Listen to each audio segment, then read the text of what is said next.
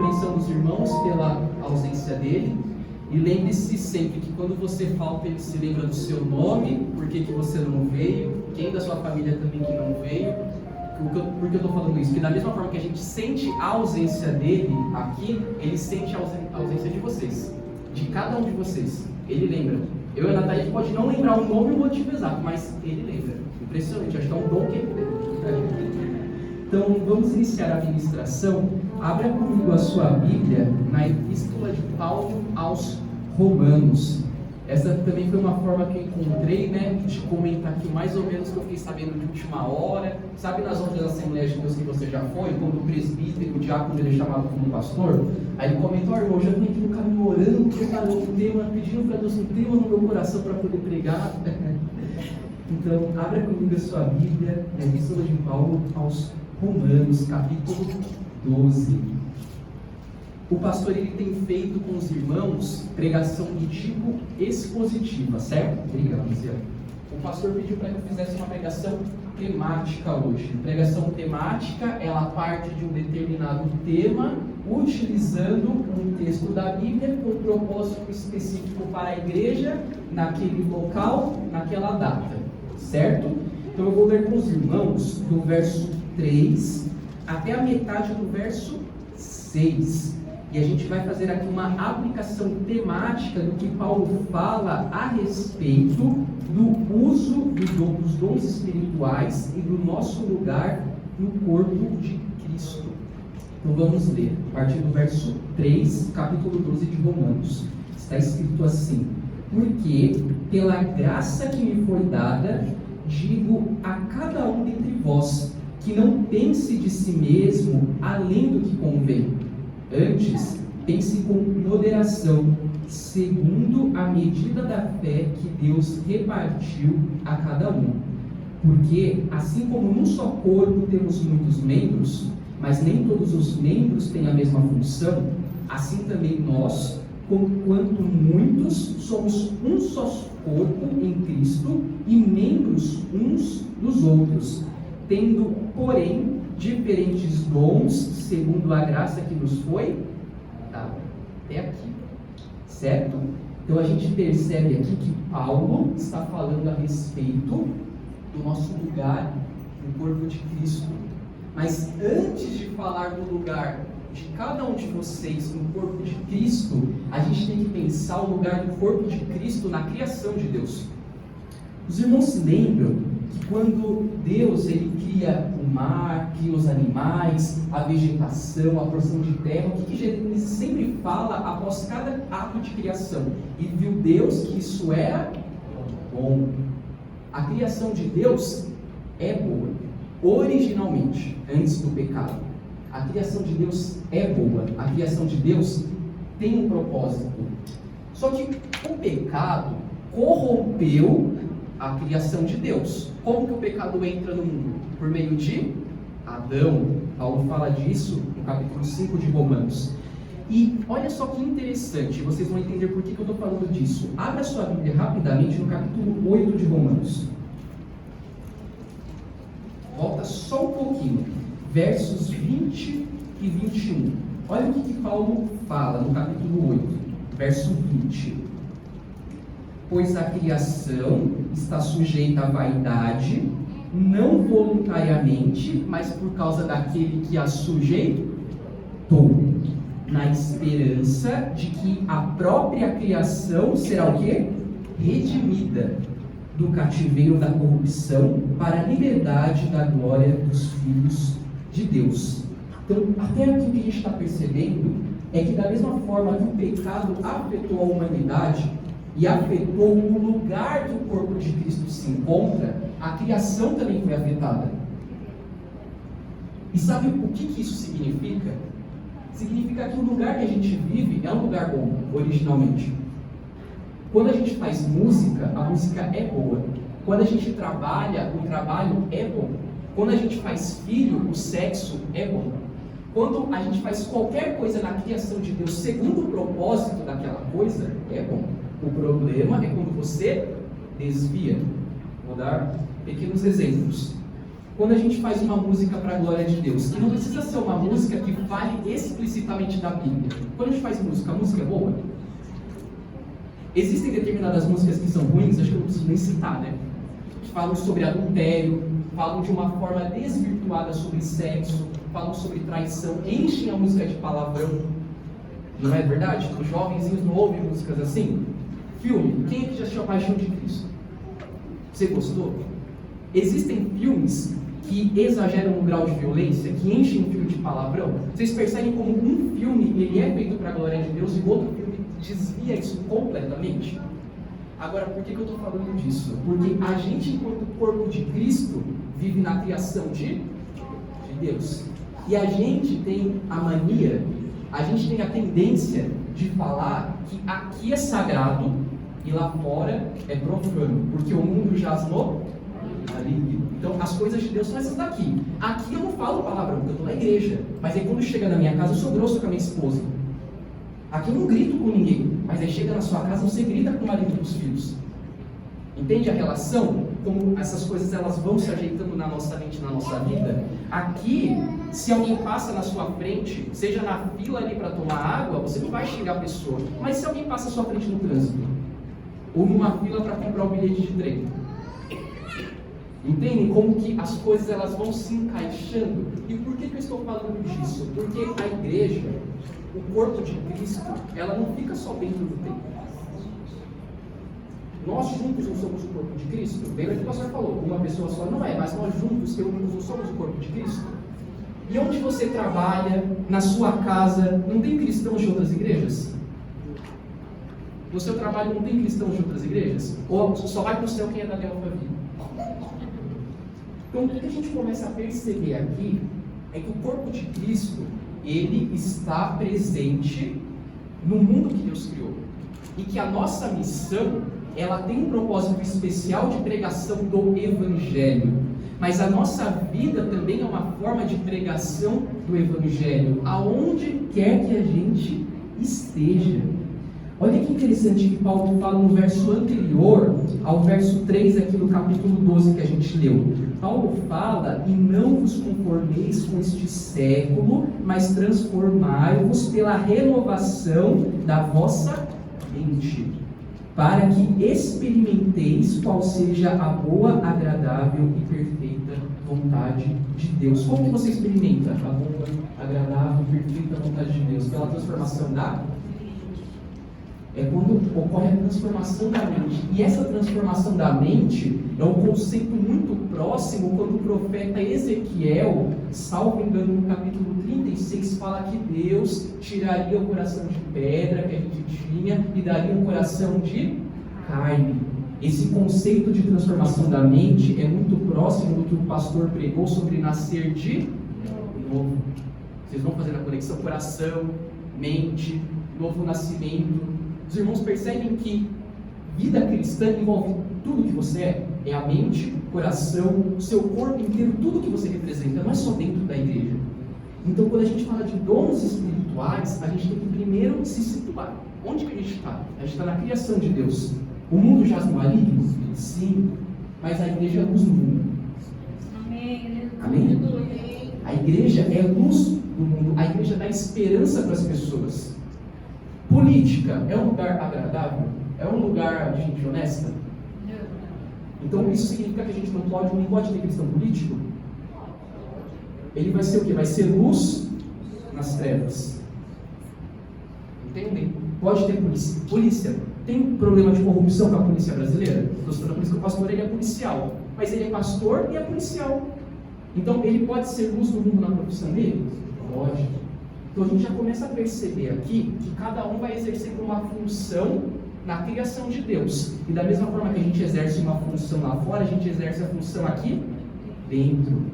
Por que eu estou falando disso? Porque na igreja existe aquela ideia de que assim, tem o menino do slide aqui, aí tem a tia das crianças aqui, aí tem o músico aqui, o líder de louvor aqui, lá em cima o presbítero, o diácono, aí lá no ápice o pastor. Não é mais ou menos assim que a gente acaba imaginando? E por que eu estou falando disso? Porque o corpo de Cristo não é assim. O corpo de Cristo não é uma pirâmide. No corpo de Cristo só tem uma autoridade instituída, que é Deus. E ele organiza conforme lhe apraz esse corpo de Cristo. E aqui no corpo de Cristo a gente tem a autoridade que é do pastor, mas tem o pastor e o resto é corpo. O resto é uma linha reta. Então, o menino do slide, ele não está lá embaixo. A gente vê bastante meme embaixo no Facebook, no Instagram. Você já mandou para mim também. Então, o que eu quero explicar aqui para os irmãos? Quando Paulo fala, no verso 3, ele fala assim: e cada um entre vós que não pense de si mesmo, o quê? Além do que convém. Então, seja você pedreiro, empregada doméstica, advogado, médico, presidente do Brasil, não importa. Não pense além do que convém, porque cada um exerce uma função e Deus institui autoridades para isso. Pense da seguinte forma: como que funciona uma família? A quem que os filhos eles se submetem primeiro? Normalmente, aos pais. Primeiro a mãe. Aí quando a mãe ela fica muito brava, o que ela fala normalmente?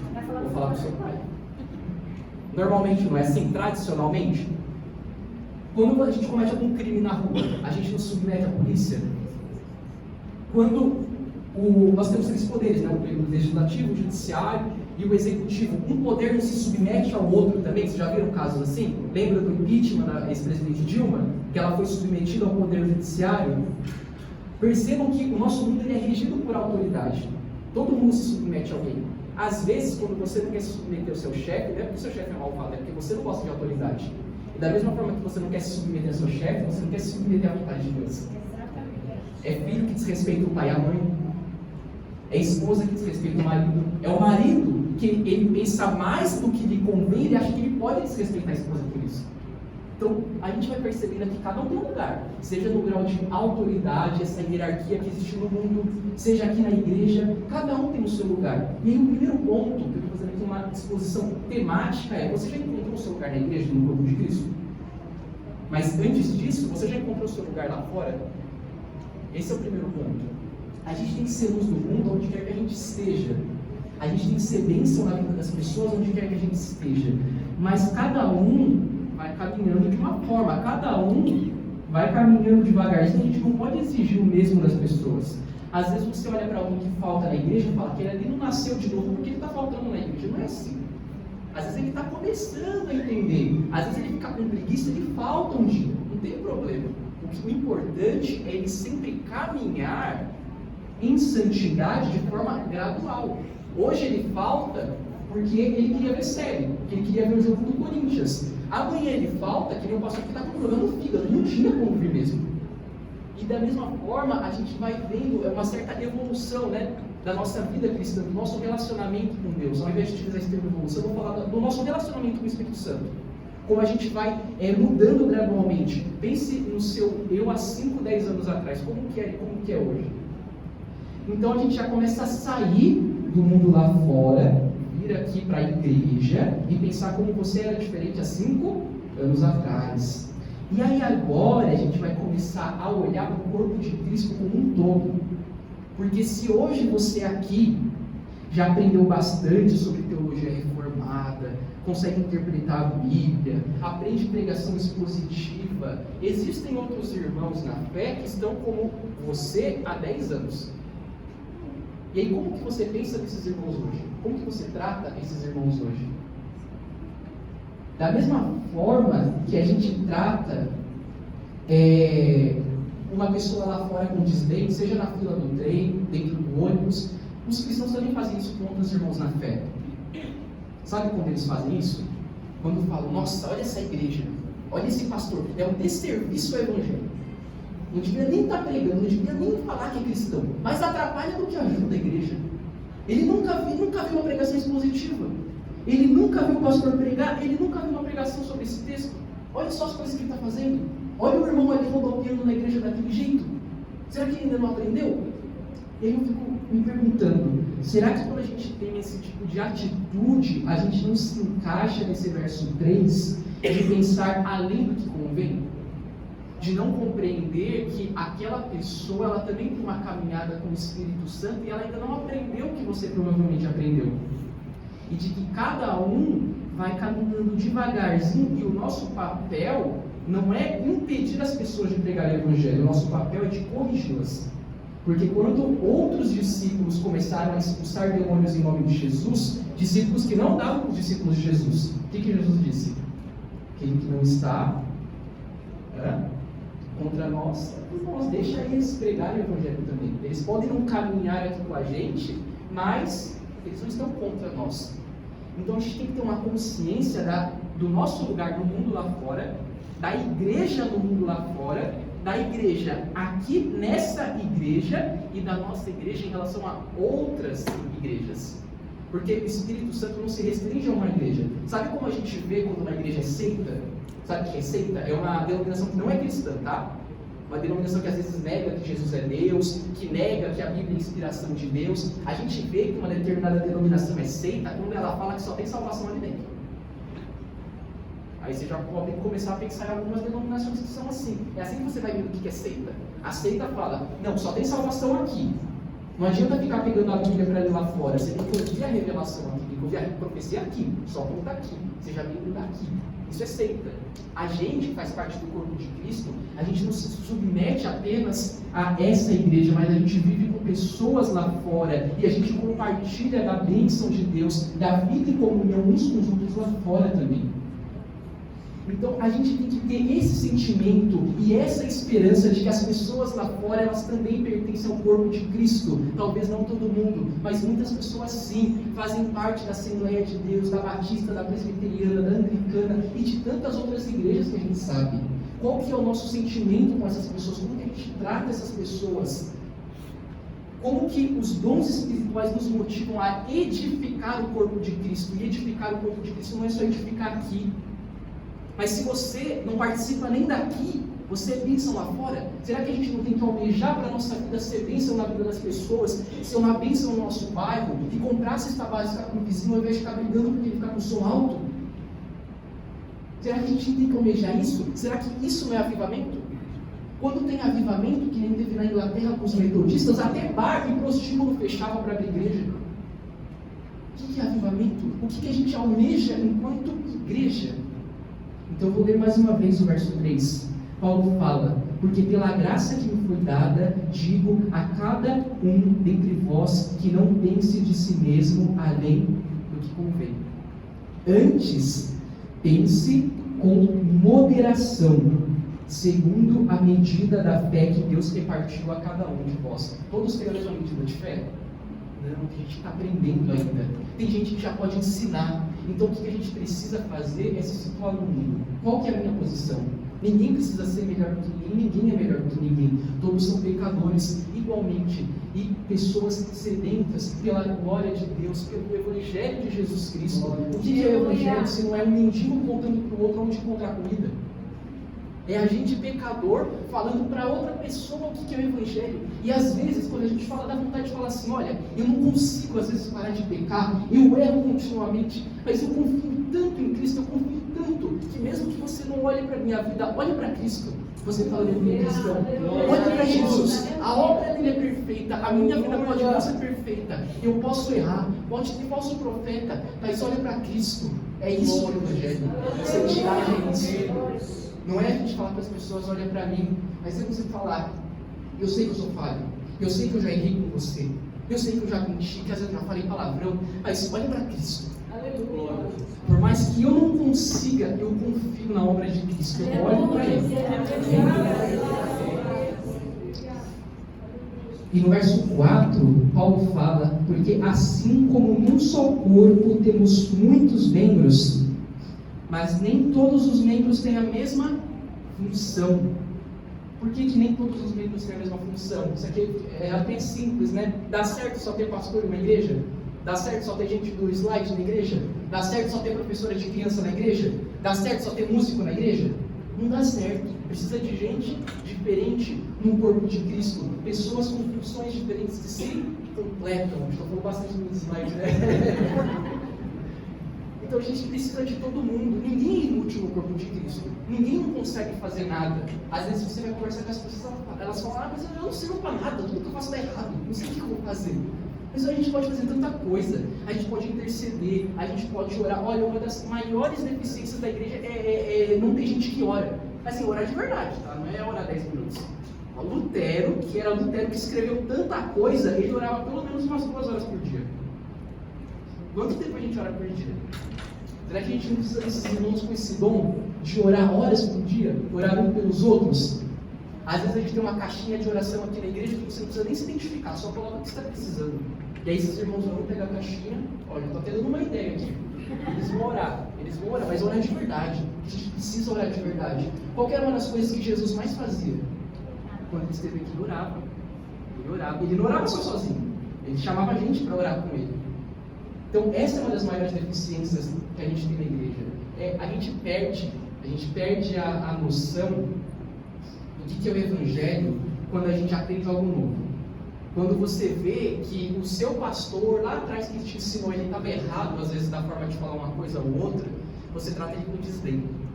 É um sentimento natural que a gente tem. A igreja que você era, você trata com desdém. Ai, naquela igreja só falava de dízimo. Ai, naquela igreja era só louvor, era só congresso, era só não sei o quê. Agora eu só quero pregação expositiva. Era só teologia reformada. E a gente tem esse sentimento natural. É natural. É a mesma coisa quando você ouve o Evangelho pela primeira vez. Como assim? Deus elege as pessoas e não depende de mim aceitar. Como assim? Não sou eu que falo para Jesus, eu te aceito? Como assim? É Deus que salva as pessoas e as coisas são só para Ele. Não é esse sentimento que a gente tem no início, quando a gente ouve o Evangelho pela primeira vez? Como Deus tem os seus eleitos? Mas eu te pergunto uma coisa, para você que era de outra Assembleia de Deus como eu, o que é arrebatamento? Arrebatamento não é Deus pegando os eleitos dele? Então, eleição tem toda a igreja, predestinação tem toda a igreja. Para você ver que Evangelho, quando a gente fala de denominação cristã, a gente está falando de doutrinas centrais que elas podem ser compreendidas de uma forma diferente, um detalhe ou outro. Mas a essência está ali. Arrebatamento, para as igrejas que defendem dessa forma, é Deus, no final, resgatando os eleitos dele e não deixando passar pela tribulação. Então, olha como a gente vai percebendo como as igrejas, em essência, elas têm as mesmas doutrinas principais. É por isso que a gente é irmão em Cristo. A gente não é irmão em Cristo de quem fala que Jesus não é Deus, por exemplo, né? Ou de quem fala que a gente crê na Bíblia em coisas além da Bíblia, né? Outros livros, outras revelações. Não. Então, o que a gente precisa é ter humildade. Humildade para ver onde que está errado. Da mesma forma que a gente teve que ter humildade quando reconheceu que talvez a forma que a gente aprendeu o Evangelho não era ideal, porque enfatizava o eu, os meus sonhos, né? Ai, a minha luta é tão difícil, mas Deus vai olhar para mim. Eu nunca entendi essas coisas assim. A minha luta, os meus sonhos, não sei o quê. Mas não é sobre mim, é sobre Jesus. Não importa a minha luta, meus sonhos. O que é minha luta e meus sonhos perto do que Jesus passou, né? O meu sonho, a minha luta é contra as forças do mal, pregando o Evangelho, e o meu sonho é que Jesus volte triunfante e que mais pessoas o vejam e reconheçam como Senhor. O meu sonho é ver as pessoas da minha família serem convertidas. Agora, se a mãe voltar em cargo melhor da empresa, né? Você vai conseguir fazer faculdade, você vai conseguir comprar carro zero, tudo isso daí não é desnecessário, mas é secundário. Você não pode viver por isso. A gente fica tão feliz que comprou um carro novo, que conseguiu um emprego novo, mas e quando alguém da sua família se converte, por exemplo? E quando você vê alguém na igreja sendo batizado, você sente a mesma alegria? Você sente a mesma alegria quando você vê alguém incluso no corpo de Cristo, do que em relação quando você compra um bem material, por exemplo? Então a gente tem que ver onde repousa o nosso coração, é no Evangelho? O nosso coração repousa no que a Bíblia tem pra gente? E aí no verso 5, Paulo fala: assim também vós, conquanto muitos, somos um só corpo em Cristo e membros uns dos. Então, uns precisam dos outros, a gente não pode caminhar sozinho. É assim na família, é assim no casamento, porque não era bom que Adão ficasse só, Deus fala. É assim na igreja e é assim lá fora também. E se aqui dentro a gente já tem dificuldade de relacionamento com outras pessoas cristãs, imagina lá fora. Se dentro da igreja, às vezes, né? Estou falando no geral, tá? Não é só daqui não. Já viu o problema de fofoca na igreja, por exemplo? Já viu o problema de adultério? Já viu o problema de um irmão ameaçar outro? Pode ser outras igrejas, né? A gente tem problema dentro da igreja. Imagina lá fora como que é, né? Quantas notícias ruins não passam todos os dias? Quantas coisas ruins acontecem? E aí, a gente tem que refletir. A igreja tem sido diferencial no Brasil? A igreja tem sido diferencial aqui em Barueri? Os nossos políticos que falam que eles são cristãos, eles representam a gente? O que é um político cristão? É um político que abre a Bíblia no Congresso Nacional ou é um político que faz coisas boas para a sociedade? O que significa abrir a Bíblia? O diabo citava a Bíblia para Jesus, né? Então, a gente tem que se preocupar sim com a sociedade. A gente não pode ter o sentimento de que Jesus está voltando, então o mundo que se dane. Não é assim. O mundo já está maligno, mas lembra que eu li lá em Romanos 8, verso 20 e 21, que a criação também aguarda a manifestação dos filhos de Deus. A criação também será redimida. E a gente tem sim que se preocupar com a desigualdade social no nosso país. A gente tem sim que se preocupar com casos de corrupção que acabam afetando hospitais que não têm leitos suficientes, acabam afetando escolas que não conseguem dar uma educação de qualidade para as pessoas, porque crente brasileiro é assim: o meu filho vai estudar em escola particular, o meu filho vai ir para a creche, o meu filho vai estudar inglês. Agora eu vou votar em qualquer político que me dê uma cesta básica, porque os filhos do outro que vão para a escola pública, os filhos dos outros que vão para o SUS, os filhos dos outros que dizem inglês. É assim que a gente trata, é assim que a gente age. Você não se preocupa com a educação no Brasil, porque o seu filho está em uma escola boa. O seu filho já está grande. Você não precisa mais educar ninguém. Você não se preocupa, às vezes, com a saúde do Brasil, porque você não tem problema de saúde grave. Você não precisa ficar no hospital. Você toma um xarope e está tudo certo. Então, a gente tem que ter essa empatia e essa noção do que é o corpo de Cristo no mundo, de que abrange a nossa integralidade, o nosso todo. A gente tem que olhar para as pessoas lá fora e se preocupar de verdade, não é de mentirinha, não é falar que vai orar. Alguém que já falou que ia orar pela pessoa esqueceu de orar? Eu já. Eu vou orar, irmão. Depois passa umas 2 semanas, a pessoa já teve a bênção, você nem orou por ela, né? E aí, aqui no verso 6. Tendo, porém, diferentes dons, segundo a graça que nos foi dada. E Paulo vai continuar, eu vou ler com os irmãos, citando alguns dons, tá bom? Se profecia, seja segundo a proporção da fé. Se ministério, dediquemo-nos ao ministério. Ou que ensina, esmere-se, que significa aperfeiçoa-se no fazê-lo. Ou que exorta, faça-o com dedicação. O que, olha esse dom aqui, já prestaram atenção nesse dom? O que contribui com liberalidade. O que é contribuir? É dar dinheiro. Olha só, quem quer esse dom? Levanta a mão. Quem quer esse dom de dar mais do que dízimo? Dar várias ofertas para a igreja. Quem quer esse dom? Mas tem crente por aí que não gosta de dar dízimo, né? Não gosta de dar oferta. Não estou entrando no mérito se tem que dar dízimo, não. Estou falando que o crente, ele ama tanto dinheiro que só de tocar no assunto do dízimo ele já não gosta. Ele fala assim: não, eu não vou mais para a igreja, porque tem pastor aí roubando o dízimo dos irmãos. Mas o que uma coisa tem a ver com a outra, né? É a mesma coisa que você fala que não vai servir a Deus, porque tem demônio agindo contra Deus em nome de Deus. Não tem nada a ver uma coisa com a outra. E aí Paulo continua: o que preside com diligência, que exerce misericórdia com alegria. Mas eu gosto desse dom de contribuir, eu gosto de falar desse dom.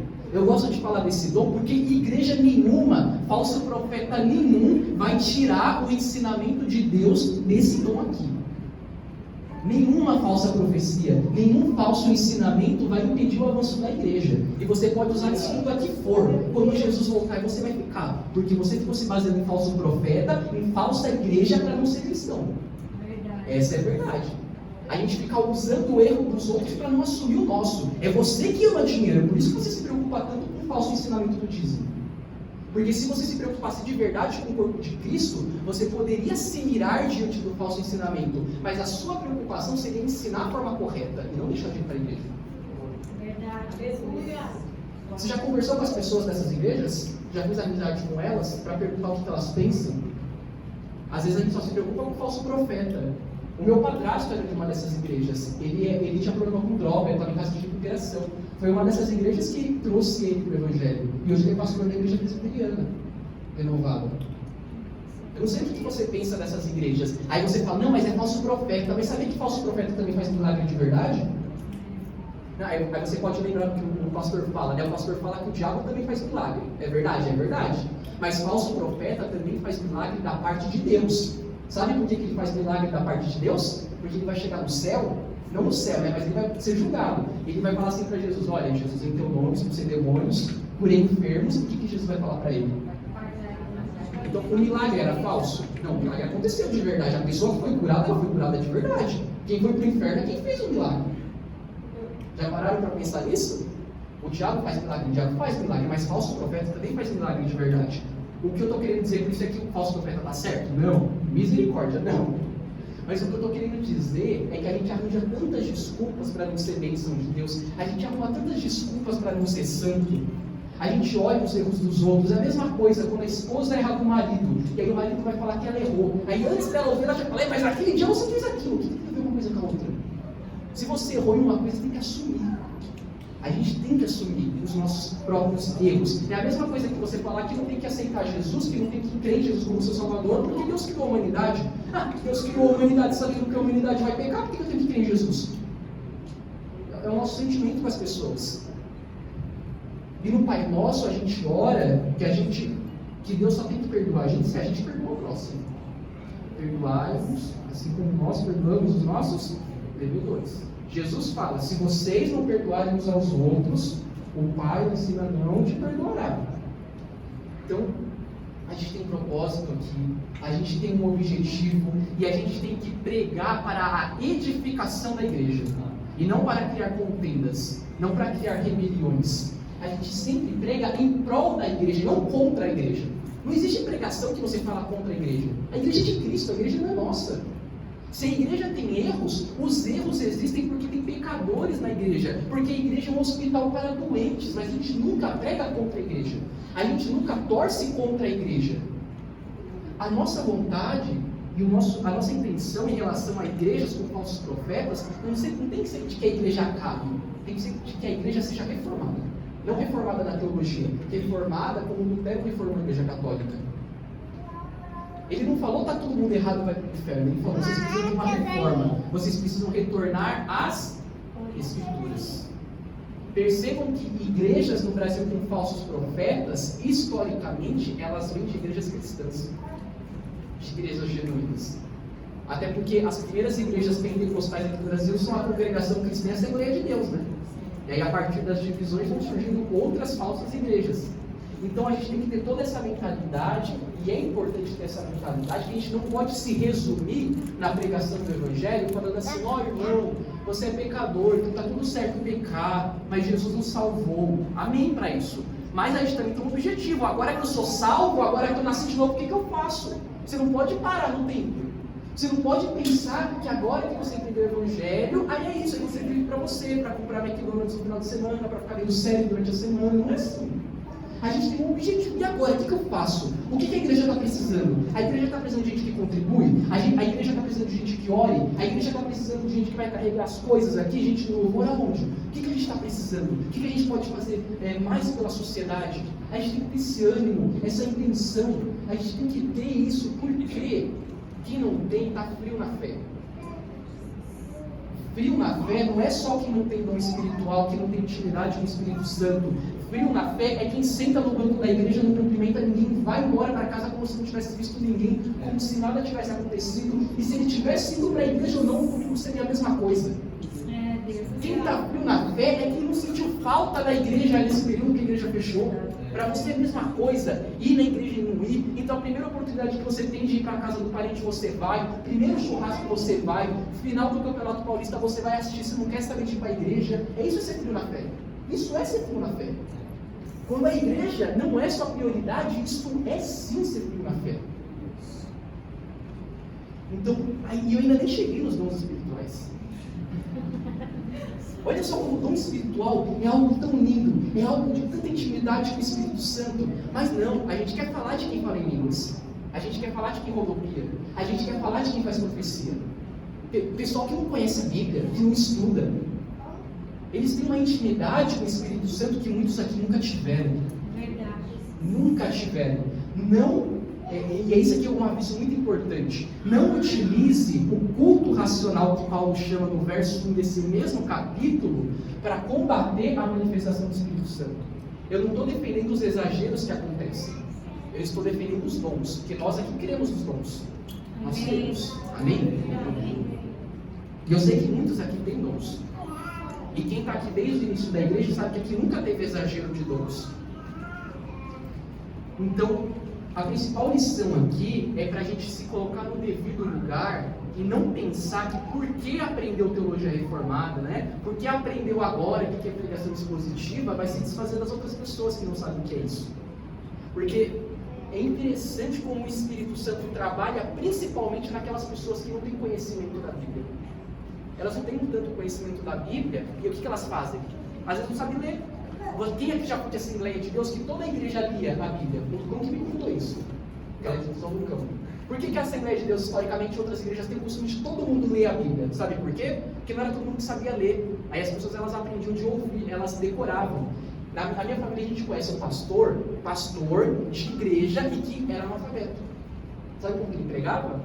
A esposa dele lia a Bíblia para ele. Ele ouvia, decorava e citava, fingia que estava lendo na pregação. O que você sente diante disso? Você acha que está errado? Ou você sente, nossa, ele decorava? Porque ele enfrentou essa dificuldade que ele tinha para poder pregar o Evangelho. Não sei o que você vai sentir, mas eu acho admirável. Ele podia pregar errado? Ah, podia, mas e se não tivesse ele ali? Será que ia ter alguém? Será que alguém que fez seminário, que é bacharel em teologia, ia querer cuidar de uma congregação ali no meio da favela? Então a gente tem que se colocar no devido lugar quando a gente julga pessoas que não tiveram tanto acesso a um conhecimento bíblico mais complexo, né? Mais sistemático, porque a gente tem essa mania. Mas não se esqueça que aqui é uma Assembleia de Deus. Aqui a gente crê em dons espirituais. E a gente nunca negou nenhuma experiência que os irmãos tiveram com o Espírito Santo. A gente simplesmente deu, às vezes, né, uma correta interpretação do que é aquilo. Que às vezes você pensou, agora a partir dessa manifestação do Espírito Santo eu estou salvo. Não é assim. A gente às vezes deu o correto entendimento do que é aquilo, mas a experiência é verdadeira. E eu, Lucas, creio em todas as experiências descritas na Bíblia, é claro. Conforme a Bíblia, mas eu creio. Se você não crê, tudo bem. Mas eu sei que essas pessoas elas têm muita intimidade com o Espírito Santo, sim. Só um exemplo, tá? Pequeno exemplo. A minha avó, a mãe do pastor, ela não sabia ler de forma sistemática a Bíblia. Porque ler de forma sistemática é muito difícil. Você comparar um texto com o outro. Ela que me criou. Ela viu o marido dela ficar endemoniado na frente dela e vomitar dela. Ela viu o marido dela ficar bêbado e cair no rio Tietê. Ela viu os 2 filhos se divorciarem. Ela só não viu o meu tio se não pagando o tempo. Ela viu tudo isso. Ela nunca perdeu a fé. Mas ela não sabia ler a Bíblia de forma sistemática. Tinha dia que ela ficava com preguiça de ir na igreja no domingo também. Mas ela não perdeu a fé. E você? Como que você está em relação a Deus? Como que você se sente aqui na igreja? Essa é a pergunta. A principal pergunta. Caminhando agora para a parte final.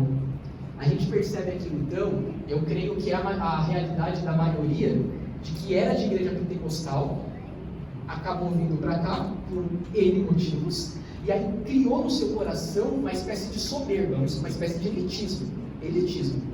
Essa sala aqui, ela é mais barata do que Galpão e região periférica, não sei se os irmãos sabem, tá? A gente não está nessa sala aqui por causa de elitismo. Essa sala aqui, ficar aqui no hotel é mais barato. Eu não sei se os irmãos percebem, a gente não paga, né? Energia elétrica, não tem que pagar, colocar papel no banheiro, limpar o banheiro. O preço do aluguel ele já abrange todas essas coisas. Aqui é mais barato, é diferente. Então não tenha no seu coração nenhum tipo de elitismo ou de soberba em relação a outros irmãos na fé que não tem pregação expositiva. Não tenha, porque elitismo é coisa do diabo. Soberba é coisa do diabo. Quantos casos a gente não vê de jogador de futebol, né? Que tinha namoradinha, aí começa a ganhar dinheiro, o que ele faz? Primeira coisa, né?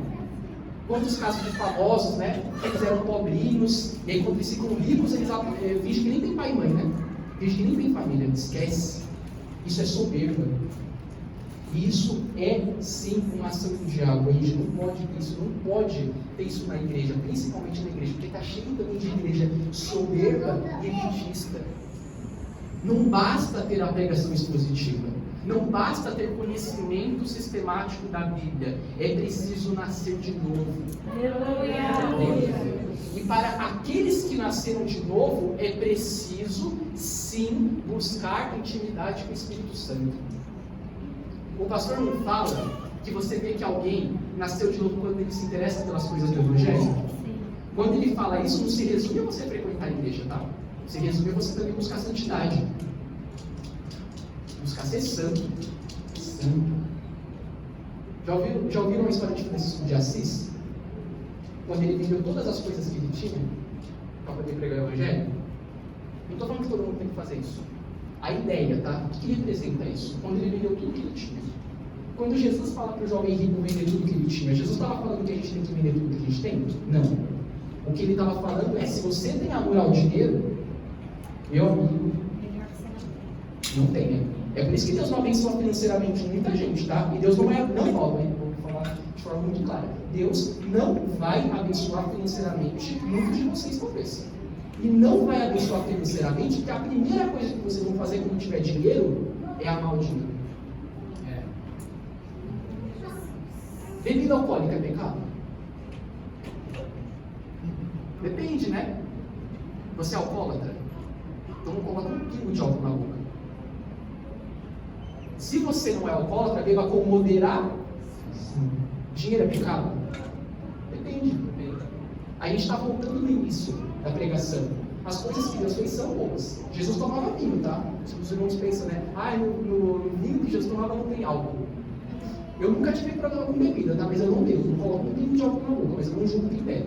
Eu só estou comentando isso daqui para vocês verem que eu estou dando exemplo, mas eu não bebo. Eu não coloco um pingo de álcool na boca, mas eu respeito quem bebe com moderação e tudo certo. Só estou dando exemplo.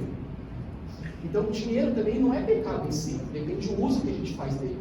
E aí a gente começa então a compreender o nosso papel na igreja, o nosso papel lá fora, o nosso sentimento em relação a irmãos de outras igrejas, porque eu sei que a maioria aqui teve passado pentecostal, eu sei que a maioria aqui ia para culto de reteté e pulava assim, eu sei que a maioria aqui ia para um monte, porque eu já vi o mato brilhar na minha mão. Já vi. E aí, o que a gente tem que entender disso tudo? A gente tem que ter uma análise com humildade e uma análise moderada. O que estava errado, está errado, mas como que você vai agir diante desse erro? Você vai se desfazer das pessoas? Você vai se desfazer do pastor, que ele podia não ter estudado teologia, mas que ele tirava até da casa dele para dar para o outro? Levava um leite, né? Às vezes até ele ficava sem tomar. Até ele ficava sem arroz e feijão para levar para o outro irmão da igreja. Quanto pastor não faz isso? Quanto pastor por aí que ele dedica a vida inteira na igreja e ele para si mesmo nunca tem nada? Mas se você perguntasse para ele, você faria tudo de novo? Ele fala, eu faria. Então, que a gente possa ter essa compreensão moderada, verso 3. A gente não pode pensar além do que a gente é. Quando receber uma promoção do trabalho, não pode pensar além do que é. Quando você vê alguém abaixo de você, em um cargo hierárquico na empresa, você não pode se desfazer da pessoa. Você tem que tratar o seu chefe da mesma forma que você trata a mulher que limpa a sala que você fica trabalhando. Da mesma forma. Se você não trata da mesma forma, você é desumilde sim, porque você faz acepção de pessoas. Mas Deus, quando salvar, Ele não faz acepção de pessoas. Ele salva judeus e gentios. Ele salva rico e pobre, mulher e homem, negro e branco. Não importa quem é, não importa a condição social, porque o Espírito Santo que age não depende de você querer ou não. Ele transforma a sua mente, renova a sua mente. Você não tem outra intenção, outra função, a não ser glorificar a Deus. Não tem como falar, não, Senhor, você simplesmente vai. O apóstolo Paulo, ele matava cristãos, e quando a mente dele é renovada, ele não tinha outra forma, não tinha outro agir, a não ser pregar o Evangelho. O que é a história do profeta Jonas? A história do profeta Jonas é a seguinte: ele não queria que as pessoas fossem salvas. E ele falou para Deus: se o Senhor quiser salvar, o Senhor que arrume alguém para ir, porque eu não vou. Aí o final você já sabe, né? Que Deus fez. Não vai. É a mesma coisa para a sua família que é do reteté. Sabe aquele familiar que é do reteté? Aí quando você fala assim de teologia reformada, ele fala: sai de perto de mim que eu não quero nem ouvir. Você não tem que pregar o evangelho para ele, ele é salvo sim. Você Você tem que pregar o evangelho. Você tem que saber agir com moderação. É aí que é o ponto. Você tem que ficar arrumando discussão sem necessidade. Eu gosto de discutir teologia, eu gosto muito. Mas você tem que saber agir com moderação. Porque às vezes a nossa intenção, isso é verdade, a nossa intenção é de evangelizar quem já foi evangelizado. A gente acha que tem que pregar a mensagem da salvação para pessoas que já foram salvas por Deus. O papo é outro. O papo é você saber agir com moderação perante essas pessoas. E aí então a gente percebe aqui, para terminar de verdade, que as pessoas, elas passam por fases diferentes da vida. Elas estão em momentos diferentes da compreensão do Evangelho. Não é todo mundo que entende o Evangelho da mesma forma. Não é todo mundo que lê a Bíblia conforme você aprendeu a ler a Bíblia. E se na igreja já tem toda a diferença, imagina o mundo lá fora. Às vezes você já quer falar da eleição de Deus para a pessoa que nunca ouviu o Evangelho ser pregado. Às vezes você acha que é fácil pregar o Evangelho. Você já fala assim, você é pecador, vai para o inferno mesmo, é assim. Se não quiser, você vai para o inferno do mesmo jeito, porque se Deus quiser salvar, Deus vai salvar. E se Deus não quiser, não vai salvar, e é assim. Não é assim que a gente prega o Evangelho. Não é assim. A gente se desfaz muitas vezes das bênçãos que as pessoas recebem. Quando pessoas da família são curadas, quando pessoas da família elas largam vícios, né, de drogas, de bebida alcoólica, a gente perde a dimensão da importância dessas coisas para as pessoas, porque a gente deixou de valorizar o milagre. A gente deixou de valorizar o milagre não porque, como posso explicar? Vou voltar. O milagre é importante, a pregação do Evangelho é importante. O milagre testifica a pregação do Evangelho e aquilo que prega. Por isso que Jesus fazia milagre. A gente é extremista. Ou a gente só quer saber de milagre, ou a gente só quer saber de pregação do Evangelho no sentido de que milagre é coisa de gente fraca. Milagre é coisa de gente fraca. Se você quer saber de milagre, vai para lá, eu só quero pregação dispositiva. A gente é extremista assim. Não é? Orar por cura, orar por bênção. Que orar por bênção? Eu nem oro mais, agora só estudo. Então, que a gente possa ter nessa manhã essa noção. Aonde que a gente está? O que eu estou fazendo da minha vida? Como eu estou agindo perante as pessoas dentro da igreja, da minha família e das pessoas lá fora, não cristãs?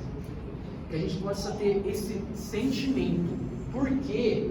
Porque tem muita gente que parece que é salva. Parece que nasceu de novo. Parece que é cristão de verdade. Mas só tem alguém que sabe de verdade se ela é salva, se ela é eleita. Se ela vai para o céu. Quem que é? É Deus. Às vezes você fica pensando assim, agora eu vou para o culto todo domingo. Eu sou salvo. Você é salvação por obras. Você é salvo por culto todo domingo? Aí o extremista vai falar assim, então se eu não sou salvo por ir ao culto todo domingo, então eu não vou mais ao culto todo domingo. Você viu como a gente é extremista? É assim. A gente sempre quer salvação por obra. Então quer dizer que eu não sou salvo por fazer parte do grupo de louvor? Então eu que não vou fazer parte do grupo de louvor. É mais fácil ficar sentado ali no banco da igreja. A gente não pode ser extremista. Tudo é com moderação. Porque todo extremismo é sinônimo de idolatria. Com dinheiro, com o fato de ir na igreja domingo ou não. Então pense em todas essas coisas e pense, mais importante, pense aonde você está no corpo de Cristo.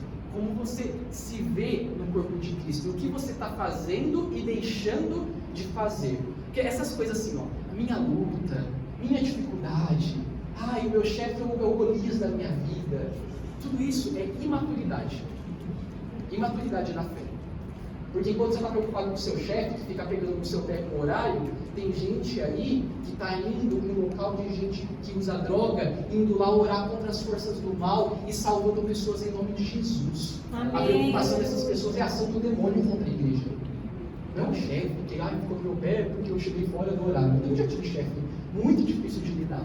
Mas aí volta naquela questão que eu falei da hierarquia. Se você não sabia respeitar os seus pais, você não vai saber lidar com o seu chefe. Você tem que saber primeiro respeitar os seus pais. Primeiro respeitar seus filhos. Porque o filho não pode despertar, o pai não pode despertar a ira do filho. Tem muito pai e mãe que esquece disso também. O filho e a filha tem que respeitar sim o pai e a mãe, mas o pai e a mãe não pode despertar a ira do filho e da filha. Todas essas coisas fiquem no nosso coração, não só hoje, mas durante a semana, para a gente ir meditando devagarzinho, refletindo em tudo isso, que é muita informação, mas é necessário para que a gente não permaneça no mesmo lugar. A gente não pode permanecer no mesmo lugar em nome de Jesus. A gente tem que se preocupar com o avanço do Evangelho. E avanço do Evangelho não é encher aqui. Avanço do Evangelho não é encher essas cadeiras. Avanço do Evangelho é aqui e lá fora. É você ser bênção no seu trabalho. Fala assim: olha, irmão, eu não estou interessado se você vai para a minha igreja, para uma igreja batista, presbiteriana, Assembleia de Deus. Eu não me importo com qual igreja você caiu. O que eu quero saber, você nasceu de novo? Você está sedento pelo Evangelho de Cristo? Você quer conhecer a palavra de Deus? É essa que tem que ser a nossa intenção principal. Interdenominacionalidade no corpo de Cristo é que pessoas com pensamentos secundários diferentes creem no mesmo Senhor. Amém. A gente não pode ser sectário, a gente não pode ter essa característica de seita. A gente tem que pensar no corpo de Cristo. Você pode com muito orgulho vestir a camisa da Alphaville, mas você tem que pensar além.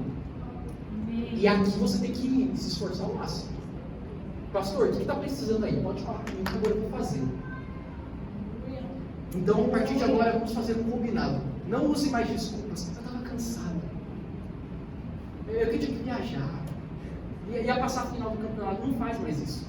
Eu estou citando o que o pastor está falando, tá? Não é minha opinião. Não é o pastor que fala isso? Sim. O que ele fala? Não fala nada. É ele, não é? Vocês sabem, é ele que fala isso. Não fala nada. Não dê desculpas assim. E aí, o que a gente pode fazer? Então, eu vou dar sugestão para ele da caixinha de oração, tá? Aí você coloca lá na caixinha de oração: eu não consigo não consigo ir para a igreja todo domingo. Pode colocar assim. Que vocês pensam que não é ação do demônio essas coisas. Vocês acham que a ação do demônio é só cair rolando que nem cobra no chão. Não é não, tá? Não é não. Não é não. Essa dorzinha de cabeça no dia do culto, o pastor foi de verdade, né? Eu estava muito ruim. Mas vocês pensam assim: eu tô com dor de cabeça, tô com febre para ir na igreja, mas aí no trabalho você vai, né? Sabe que tem briga de marido e mulher no dia do culto? É o filho que te irrita para se trocar no dia do culto. Você acorda atrasado, o despertador não toca no dia do culto. É sempre o dia do culto. Quantas coincidências, né? Eu não creio em coincidência. Amém? Amém. Então vamos nos colocar de pé para fazermos uma oração. Eu já convido a banda a vir à frente. E tenha isso no seu coração, não seja soberbo. Pense no seu lugar no corpo de Cristo e haja com moderação, porque todo extremismo é sinônimo de idolatria. E a gente edifica a igreja, a gente não prega contra a igreja, a gente prega em favor da igreja, pelo avanço do reino dos céus, contra as forças do mal, porque Jesus Cristo é o Senhor da terra, dos céus e de todo o cosmos. Amém? Oremos. Senhor, meu Deus, meu Pai, nós, a tua igreja, oramos, Senhor, e em nome de Jesus pedimos uma compreensão advinda do Espírito Santo, para que não tratemos as pessoas com desdém, para que não sejamos extremistas, mas que tenhamos essa visão do Espírito Santo, essa visão do corpo de Cristo, essa visão ensinada pelo apóstolo Paulo na carta aos Romanos, de que o corpo de Cristo é um só, há um só Senhor, um só batismo, um só Evangelho e um só Rei dos Reis e Senhor de todo o universo. Que nós possamos, Pai, buscar crescer em santidade, crescer em união, crescer em amor uns com os outros, porque o maior de todos os dons não é a pregação expositiva, não é o milagre, não é o falar em línguas. O maior de todos os dons é o amor. Amém.